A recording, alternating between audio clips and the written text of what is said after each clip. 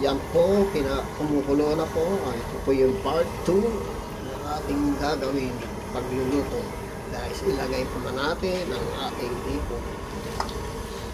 Yes. Yan po guys. Ilagay po na natin guys.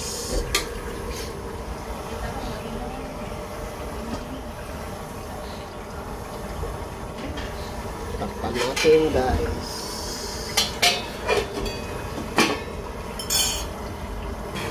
Yan guys, ilalagay po na natin ang ating talong at okra guys.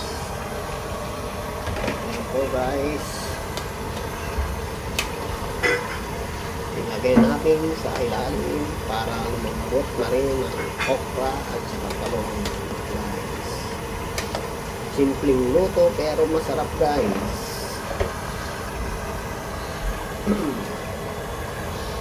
Guys, pakukulaan po natin siya guys ng maigi guys. Takpan po natin ulit guys. At ito po ang ating pangatlong iluluto natin guys. Magpiprito tayo ng liig guys ng manok. Nilagyan po ng isang itlog tsaka harina, tinimplahan ng paminta, bechin guys. Yan po ang isusunod natin pagkatapos ng hipon na ating niluluto guys. Huwag po kayong magsawa, tumangkilik, sumubaybay sa aking YouTube channel. Please subscribe. Yan guys, titikman po natin guys. Tama ang lasa guys. Yan guys.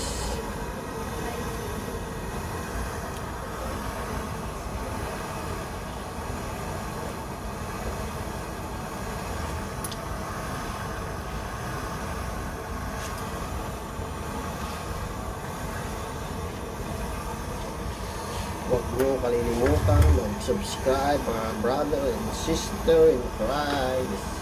Lagyan natin ang konting sin guys.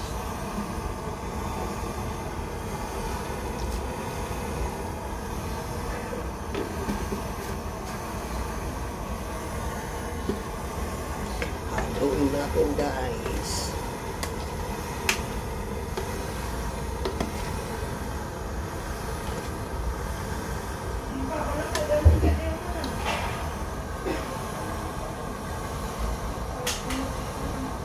Takpan po natin ulit guys.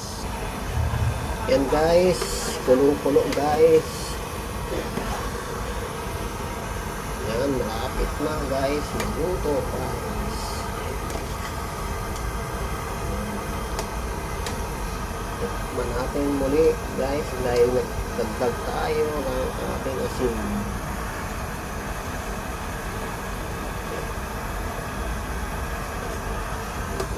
Sakto guys, sarap. Sarap ng sabaw guys. Yan guys, oh guys.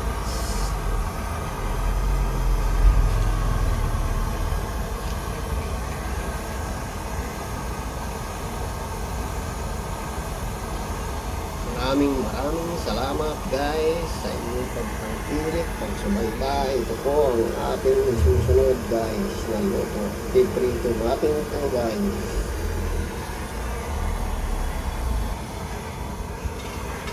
Yan guys, tapos na guys. Tapos na guys, luto na guys. Sarap guys, oh.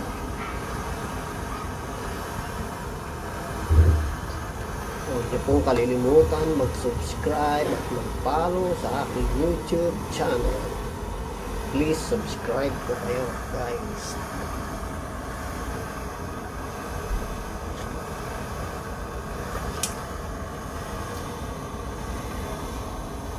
Salamat sa pagtangkilik. God bless you all.